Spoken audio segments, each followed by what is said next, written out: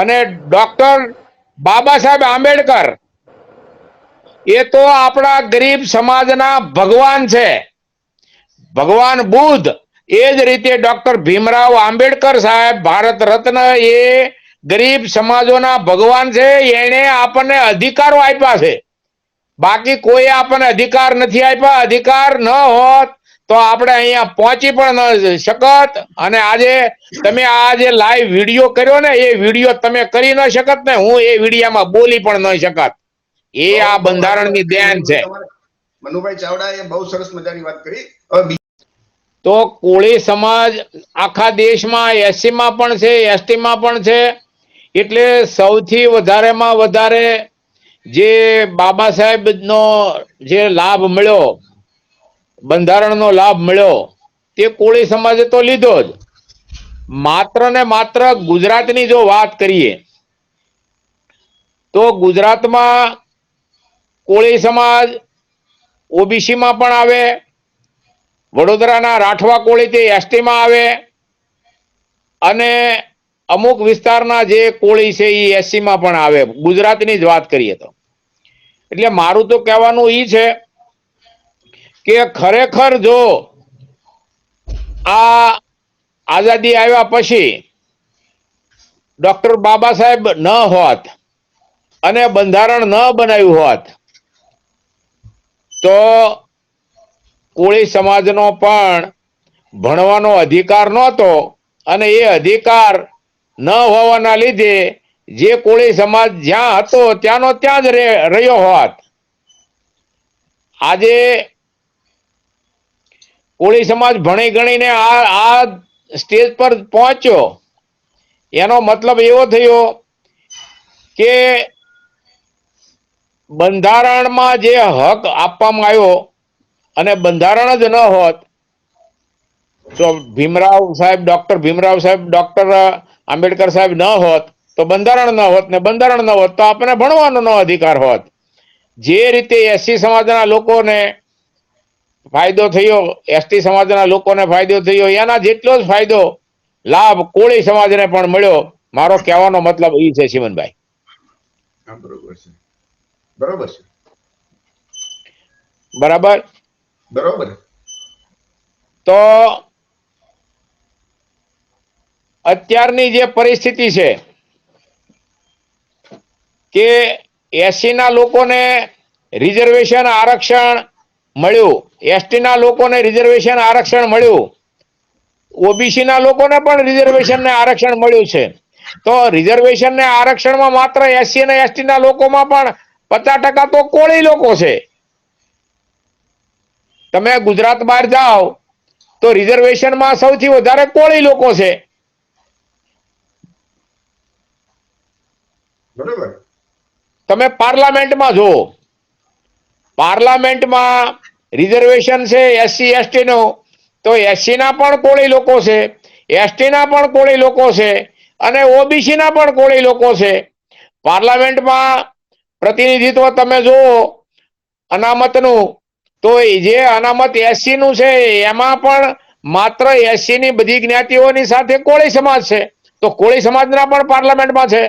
ભાનુ પ્રતાપ વર્મા આજે કેન્દ્રમાં મિનિસ્ટર છે, તે કોળી છે, પણ રિઝર્વેશન ના લીધે એ કેન્દ્રમાં મિનિસ્ટર છે.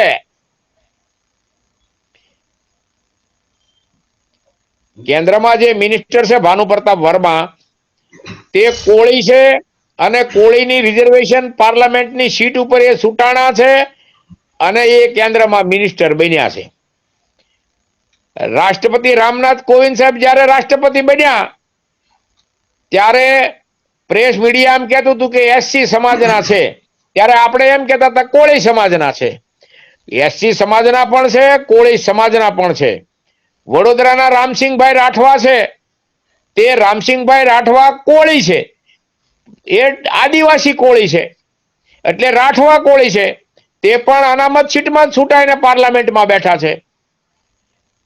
એટલે ધારાસભા હોય, પાર્લામેન્ટ હોય, જિલ્લા પંચાયત હોય, તાલુકા પંચાયત હોય કે સરપંચ હોય, સરપંચ થી સંસદ સુધી, પંચાયત થી પાર્લામેન્ટ સુધી, એ સૌથી વધારેમાં વધારે ડોક્ટર બાબા સાહેબ આંબેડકર દ્વારા ઘડવામાં આવેલું જે બંધારણ છે અને બંધારણમાં આપેલા મૂળભૂત જે હક અને અધિકારો છે એના લીધે આજે કોળી સમાજ એ એની પ્રગતિની દિશામાં છે, એમ મારો કહેવાનો મતલબ છે. મનુભાઈ, તમને એક બીજો સવાલ પૂછું કે જી ડોક્ટર બાબા સાહેબ આંબેડકર નો એટલો બધો જો આપણા ઉપર ઉપકાર હોય અને એના કારણે જ આપણો કોળી સમાજ આગળ આવ્યો હોય તો ગુજરાતમાં, ખાસ કરીને ગુજરાતમાં કોળી સમાજ ઓબીસી માં આવે છે. જી એટલે ઓબીસી ના આખા હક અને અધિકાર અલગ છે. આજની તારીખે ઓબીસી ના બંધારણીય હક એવા પુષ્કળ જે બંધારણમાં બાબા સાહેબ જોગવાઈ કરીને ગયા છે છતાં બાકી છે. દાખલા તરીકે જાતિ આધારિત વસ્તી ગણતરી થતી, ઓબીસી ના વસ્તીના પ્રમાણમાં આરક્ષણ નથી મળતું, ઓબીસી માં માનો કે ધારાસભા કે સંસદમાં આરક્ષણ નથી. એ બધું તો બરોબર છે, આટલા બધું બાકી છે. અને દેશમાં ઓબીસી ની વસ્તી 1931માં 52.5% એટલે 52% હતી. આજે જો કદાચ જાતિ આધારિત વસ્તી ગણતરી થાય તો ઓબીસી ની વસ્તી 60 થી 65% થઈ જાય. અને આવડો મોટો જે ગુજરાતમાં કોળી સમાજ છે અને છતાં એ રાજકીય રીતે કેમ કે ગુલામ જેવી પરિસ્થિતિ એની છે. અને એ જ કોળી સમાજના જયારે જે સમજુ લોકો છે એ લોકો જાણી ગયા છે બાબા સાહેબને, એ તો સમજે છે કે ભાઈ બાબા સાહેબના કારણે આપણો ઉદ્ધાર થયો. તો અખિલ ભારતીય કોળી સમાજના રાષ્ટ્રીય મહામંત્રી તરીકે ગુજરાતના તમામ કોળી સમાજને તમારો શું સંદેશ છે કે ઘણા કોળીનો તો બાબા સાહેબનું નામ આવે ને ત્યાં મોઢું બગાડી જાય છે. જાણે કે એનું આપણે અંગત લોકોનું આપણે કોઈ એની હત્યા ન કરી નાખી એ દશા થાય છે. આપણે યાર ગાળાગાળી કરવા થઈ જાય કે બાબા સાહેબ નું શું નામ લ્યો છો. તો એ કોળી સમાજના આખા ભારતના મહામંત્રી તરીકે તમારે કોળી સમાજને શું કહેવાનું છે? આખા ભારત દેશના કોળી લોકો છે તે ગુજરાત સિવાયના જે કોળી છે એના ઘરે ઘરમાં ડોક્ટર બાબા સાહેબ આંબેડકર નું ફોટો છે, એનું સ્ટેચ્યુ છે અને જય ભીમ લખેલું છે કોળીના ઘરે. તમે જોઈજો ગુજરાત બહાર જાઓ એટલે. અત્યારે સૌથી વધારેમાં વધારે જન્મ જયંતિ ઉજવતા હોય તો કોળી લોકો ઉજવે છે. ડોક્ટર બાબા સાહેબની જન્મ જયંતિ ગુજરાત બહારની વાત કરું છું. તમે સોશિયલ મીડિયામાં જુઓ, તમે જુઓ અખિલ ભારત કોળી સમાજના જે પેલું છે સોશિયલ મીડિયામાં 2000 એમાં તમે જુઓ તો સૌથી વધારેમાં વધારે ડોક્ટર બાબા સાહેબની જન્મ જયંતિ કોળી લોકો ઉજવી રહ્યા છે ગુજરાત બહાર.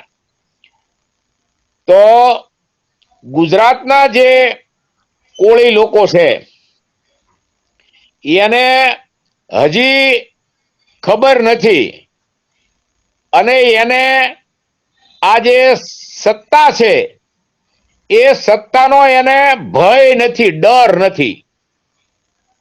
જો હમણાં જિલ્લા પંચાયતમાં, તાલુકા પંચાયતમાં ઓબીસી અનામત સીટો હતી એ કાઢી નાખવામાં આવી. હમણાં જ આ સરકાર દ્વારા જ કાઢી નાખવામાં આવી. તો કોઈએ પણ વિરોધ ન કર્યો કે ભાઈ આ જિલ્લા પંચાયત, તાલુકા પંચાયતમાં ઓબીસી ની અનામત સીટો છે એને તમે રદ શા માટે કરી? કોઈને ખબર પણ નથી કે હવે કાઢી નાખી તો શું થઈ ગયું આમાં, એને ખબર પણ નથી. જો હમણાં એક કોળીનું ગામ છે આખે આખું 100% એટલે ઊંચા નીચા કોટડા, તો એમાં સામાજિક ન્યાય સમિતિ, પંચાયતમાં સામાજિક ન્યાય સમિતિની રચના કરવામાં નહોતી આવી. તો સમગ્ર વિસ્તારના એસસી સમાજના લોકો ભેગા થઈને કલેક્ટર, મામલતદાર, ટીડીઓ ને આવેદનપત્ર આપીને કીધું કે ઊંચા નીચા કોટડા ગામમાં સરપંચની ચૂંટણી થઈ ગઈ છતાં પણ સામાજિક ન્યાય સમિતિની રચના કરવામાં નથી આવી. તો જે તે કોઈ જવાબદાર હોય એની ઉપર એક્શન લેવામાં આવે, પગલા ભરવામાં આવે.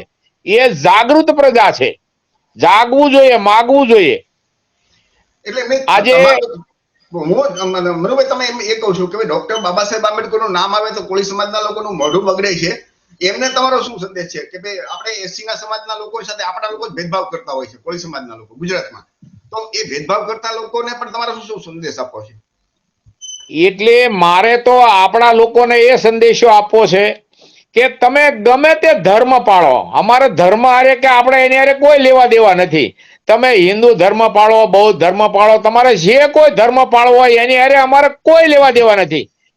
પણ જેને માણસ તરીકે ને માણસના જીવન જીવવાના જે અધિકારો બંધારણ દ્વારા બાબા સાહેબ દ્વારા આપવામાં આવ્યા, બંધારણ મારફતે આપવામાં આવ્યા, અને એ બંધારણ મારફતે આખો ઇન્ડિયન પિનલ કોડ બન્યો, ભારતીય ફોજદારી ધારો જે બન્યો એ બંધારણને આધીન બન્યો છે. બંધારણને ઉપરવટ જઈને કોઈ કાયદો બની શક્યો નથી. તો કાયદા દ્વારા બંધારણ મુજબ કાયદો ઘડ્યો, કાયદામાં જે માણસને પોતાના ન્યાય માટે એને કાયદો આપ્યો. તો એ આપણા લોકોને ખબર નથી કે આ બંધારણ છે એટલે કાયદો છે, ને કાયદો છે આપણને ન્યાય આપે છે. આ જે સરકાર છે કે કોઈ પણ અધિકારી છે એ તો એને કાયદા મુજબ કામ કરવાનું છે. તો કાયદા એ શેના મુજબ કામ કરવાનું છે? કે બંધારણ મુજબ.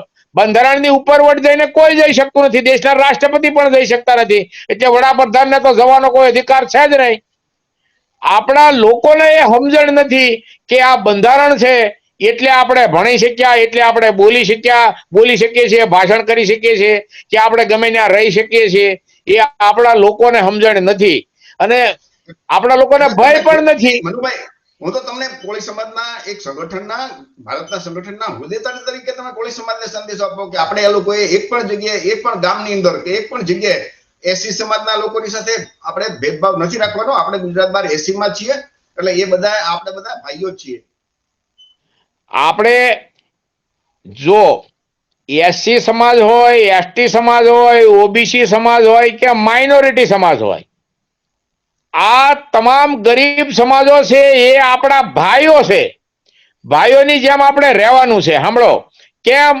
ગમે ત્યારે કંઈ પણ થાય તો આ લોકો આપણી હારે બેસવાના છે, આપણી હારે ઊભા રહેવાના છે, અને બાકી કોઈ આપણી હારે આવવાનું નથી. એસસી, એસટી, ઓબીસી અને માઇનોરિટી એટલે લઘુમતી સમાજ, એ ગરીબ સમાજો એ આપણે ભાઈ સમાન. ઓબીસી સમાજ મોટો એટલે મોટો ભાઈ છે, એસસી સમાજ નાનો ભાઈ છે, એસટી સમાજ નાનો ભાઈ છે, અને લઘુમતી એટલે મુસ્લિમ સમાજ, એ પણ આપણા ત્રણ ભાઈઓ છે. ઓબીસી સમાજ મોટો ભાઈ છે, અને ઓબીસી માં 148 જેટલી જ્ઞાતિઓ છે એટલે એ મોટો ભાઈ છે.